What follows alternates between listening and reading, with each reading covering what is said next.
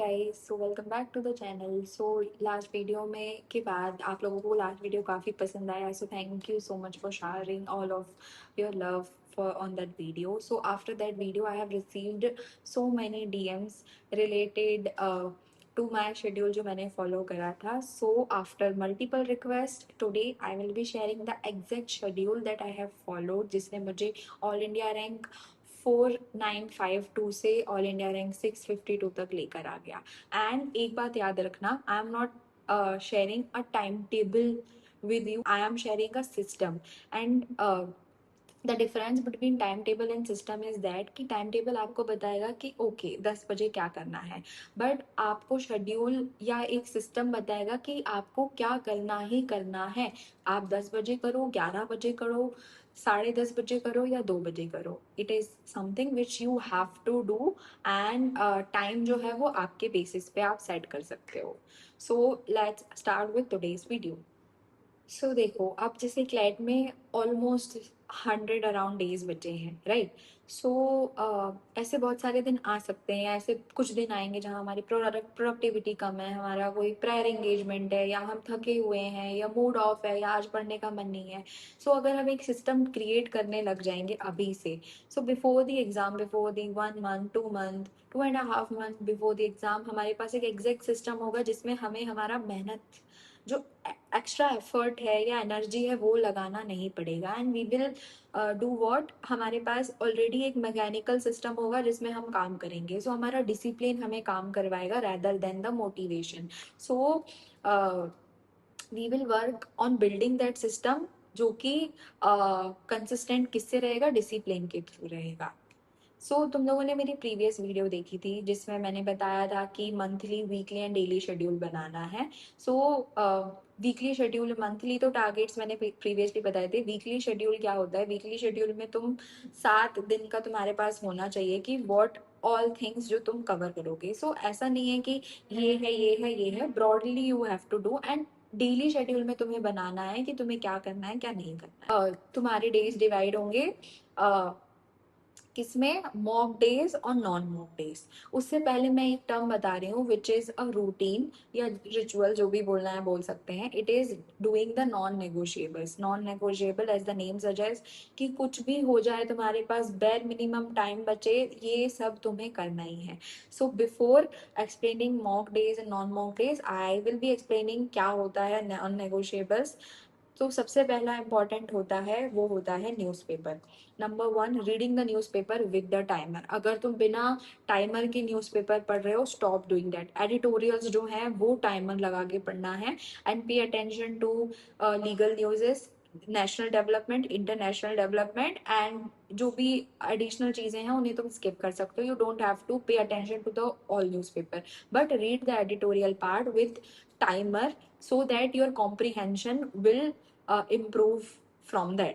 मेरे non negotiable का second part होता था वो सेक्शन जो मेरा वीक था. For me it was CR. I use to struggle little bit in CR. तो मैं न्यूज़पेपर के बाद I use to solve 8 to 12 question from GMAT club website, जो कि कभी कभी टॉपिक स्पेसिफिक होते थे कि अजम्पशन के 8 क्वेश्चन, इन्फेरेंस के, प्रीमाइस, कंक्लूजन एक्सेट्रा, सारी चीज़ों के 8 से 10 क्वेश्चन. And I use to analyse them very carefully ताकि मुझे एप्लीकेशन ऑफ द कंसेप्ट समझ में आ जाए.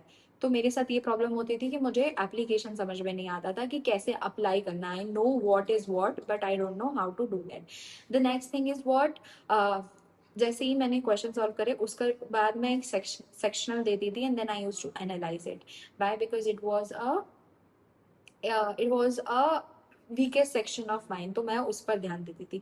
After that, even though I was very good in QT में मेरे बहुत अच्छे मार्क्स आते थे एंड नेगेटिव्स भी बहुत कम होते थे, and my speed was also decent, but still I use to do QT because मैं पूरे दिन में क्यूटी को और कहीं टाइम नहीं देती थी. So these things were my non negotiable. Other than that, in the evening and night मैं करती थी GK.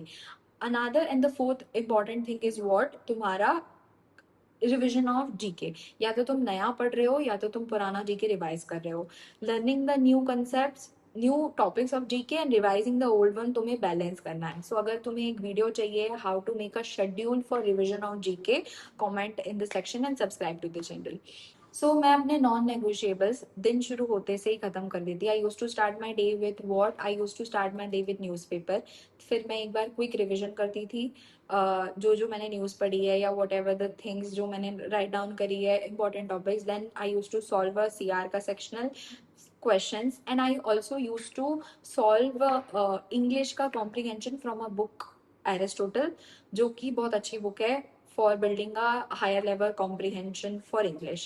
Then after that I used to solve QT का 2-3 सेट में सॉल्व करती थी, जिससे मेरा QT भी डन एंड डस्टेड हो जाता, and I am not distant from that section.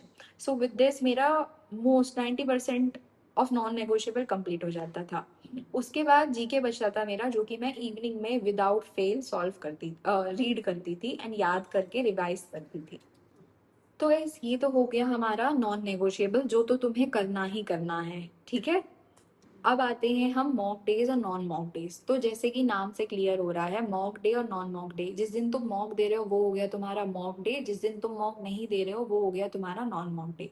सो जो नॉन नेगोशिएबल है वो तुम्हें करना ही है, इररिस्पेक्टिव कि मॉक डे है नॉन मॉक डे है, वो तुम्हें नॉन नेगोशिएबल फॉलो करना है. अब मॉक पहले हम देखते हैं नॉन मॉक डे पे और क्या चीजें करनी है. तुम्हारा न्यूज़पेपर हो गया, वीके सेक्शन का हो गया, तुमने कंसेप्ट क्लियर कर लिए, तुमने क्यूटी सॉल्व कर ली, ठीक है. अब बचा हमारा प्रैक्टिस ऑफ द सेक्शन, जो हमारे डिसेंट जा रहे हैं उनका तुम back to back sectional solve करो with analysis. You can sit in do that in one sitting, या तो तुम ब्रेक ले लेके सॉल्व कर सकते हो, जो भी तुम्हें है. If you are a dropper तो इट इज एडवाइस कि 2 से 4 के बीच में सॉल्व करने की आदत डालोगे तो तुम्हारा ब्रेन जो है वो हैबिट रहेगा, एंड तुम्हारा जो कंसंट्रेशन का स्पाइक है वो मेंटेन रहेगा 2 से 4 के बीच का. If you are a class going student या स्कूल स्टूडेंट हो, 11th में हो, 12th में हो, तो तुम क्या कर सकते हो, तुम अपनी क्लास के बाद एटलीस्ट 2 सेक्शन सॉल्व करो. अगर तुम ड्रॉपर हो तो तुम्हारे पास पूरा दिन है अपने क्लैट को देने के लिए, so don't waste that precious time, right. अगर तुम स्कूल गोइंग स्टूडेंट हो, सो आई अंडरस्टैंड तुम्हें सब मैनेज करना है, सो तुम एटलीस्ट 2 सेक्शनल सॉल्व करो एक एक सब्जेक्ट के. अगर तुम पर डे एक सब्जेक्ट कर रहे हो तो solve 2 sectional with a good analysis. Do that, या तो 2 सेक्शन करो एंड उसके दो एक एक सेक्शनल दोनों सब्जेक्ट्स के दो विद एनालिसिस. अगर you are giving only if you're doing only one section in a day, then solve at least 2 sectionals of that with a good analysis. अब आते हैं मॉक डे पे, ठीक है. सो मॉक डे वो दिन है जहाँ पे तुम करोगे पूरी वीक में जो तुमने किया है उसको टेस्ट. मॉक डे हमें ऐसा लगता है कि ये ही है सब है, but mock day is basically what you have done in your complete week. So अगस्त तक तो ठीक है, but by the October I would advise कि एटलीस्ट 2 मॉक दो एक वीक में. You should give at least 2 mock in a week. उससे ज्यादा मत देना. 3 मॉक दे सकते हैं हम टूवर्ड्स दी लाइक 15-20 डेज पहले तक, बट इट इज एडवाइजेबल कि 2 मॉक ही रखो. If you can give from now only, best thing, ठीक है. सो 2 दिन हम मॉक दे रहे हैं, सो उस दिन हमारा रिचुअल रूटीन क्या रहेगा, नॉन नेगोशिएबल हम करेंगे. We will have a pre warm up session, जो मैंने बताया था. प्री वार्म अप रूटीन जो था नॉन नेगोशिएबल जितना हुआ उतना हमने कर लिया. Then we will do what, we will cover we will do a pre warm up mock routine. क्योंकि अब 100 डेज बचे हैं तो we have to be very cautious, consistent and careful with our steps जो हम अब कर रहे हैं, राइट. सो हम लोग प्री वार्म अप करेंगे, we will give mock and then हम करेंगे एनालिसिस. 2 घंटे के, जो मैंने पिछली वीडियो में बताया था, जो था कि 2 घंटे के मॉक का एनालिसिस हम अगर 3-4 घंटे, 3.5 घंटे भी कर रहे हैं, it is totally okay, providing तुम उसमें एक्चुअली बैठ के अपनी मिस्टेक को समझ रहे हो, राइट. सो एनालिसिस करना is very important part. Analysis is 60% of your preparation. Mock सिर्फ टेस्ट करता है, एनालिसिस तुम्हें बताएगा कि तुमने कहाँ मैसअप करा है. एंड सेक्शनल्स जो तुम्हारे नॉन मॉक डेज रहेंगे वो तुम्हारे क्या रहेंगे, करेक्शन डेज रहेंगे, जहाँ पे तुम जाके अपनी प्रॉब्लम्स, मिस्टेक, सारी चीजों को करेक्ट कर पाओगे. So guys it is a cycle like thing कि मॉक में टेस्ट हो रहा है, एनालिसिस में फिगर आउट हो रहा है, सेक्शनल में करेक्ट हो रहा है, फिर मॉक में टेस्ट हो रहा है, करेक्ट हो रहा है, एंड फिगर हो रहा है एंड करेक्ट हो रहा है, then the cycle goes on. So it's important to build that system.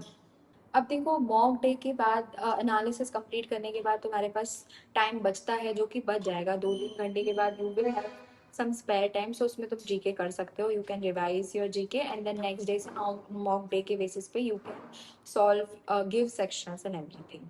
So guys when I look back to all those habits, तो वो उतनी सिग्निफिकेंट नहीं लगती थी उस टाइम पे मुझे जब मैं ये सब करती थी। But newspaper non negotiable, mock day non mock day, mock analysis, sectional, ये पूरी स्पाइरल, मैंने ये सारी बोरिंग हैबिट्स जो थी इसी ने मुझे इम्प्रूवमेंट दिया है, जिसके कारण मेरी रैंक 4900 अराउंड से लेके 652 आई थी। So all the small habits जो मैंने डेवलप करी थी कंसिस्टेंटली विद डिसिप्लिन, ये सारी चीज़ों ने मुझे रिजल्ट दिया था। And it is not CLAT, as you know, CLAT is not about who studies more. It is a subject which is based on skill, comprehension, speed, reading speed, right? So skill based exam है, तो उसे उस वे में tackle करना important है। So guys that's all from my end. हम लोगों ने, because you guys like the previous video and I hope तुम लोगों को इससे भी हेल्प मिलेगी वीडियो से। We have lined up some strategy sessions and so many other useful content for you all before the exam, ताकि at least lack of guidance के कारण हमारा एग्जाम ना खराब हो, क्योंकि अब सिर्फ 100 दिन बचे हैं, अराउंड 100 दिन बचे हैं इस एग्जाम में। So do subscribe to the channel and I will see you all in the next one. Till then, bye bye.